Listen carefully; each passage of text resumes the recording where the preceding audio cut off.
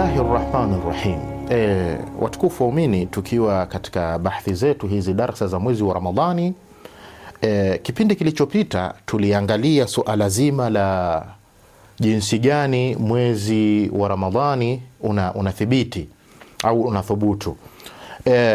Kitu chengine cha pili muhimu, inapoingia Ramadhani, ili saumu yako iwe ni sahihi, ili saumu yako iweze kutahakak kwako wewe, basi ni lazima uweze kuleta nia ya kufunga mwezi wa Ramadhani, niyatu saum, kunuia kufunga mwezi wa Ramadhani.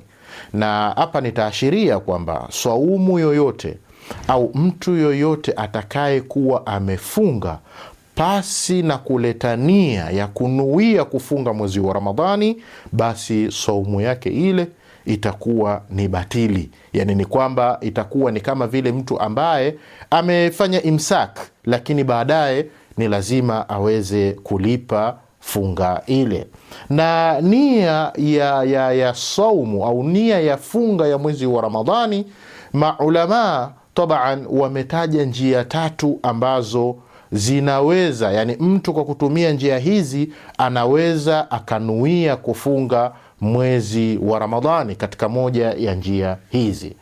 Njia ya kwanza ambayo anaweza akaitumia ni kwamba anaweza akanuia kufunga mwezi wote wa Ramadhani.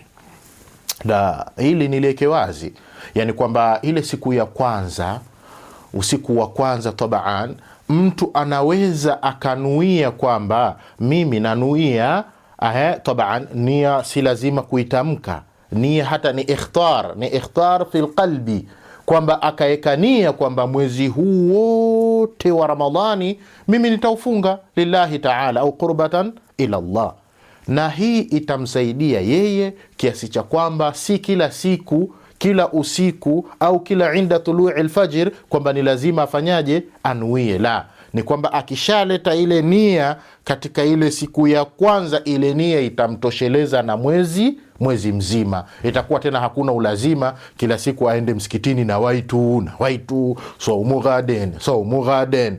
La, hiyo itakuwa haina ulazima. Kwa hiyo hii ndio njia ya kwanza ambayo mukallaf anaweza akaitumia kwa katika kunuia au kuleta nia ya funga ya mwezi wa Ramadhani. Njia ya pili ni kwamba huyu mukallaf ana uwezo sasa kila usiku analeta nia kwamba Ramadhani, mchana wa Ramadhani mimi nitafunga. Yani ule usiku ananuia kwamba mimi kesho nitafanyaje, nitafunga. Hii nayo ni njia ya pili ambayo wanawazuoni wameiashiria kwamba atakuwa ni mwenye kunuia. Na njia ya tatu ni inda tului alfajr, ni zama zile za tului alfajr, kwamba yeye atanuia kufunga mwezi ile siku ambayo inayofuata, atanuia inda tului alfajr, min haithu, kwa sifa ambayo alfajiri inapochomoza inamkuta tayari alikuwa ameshaweka nia.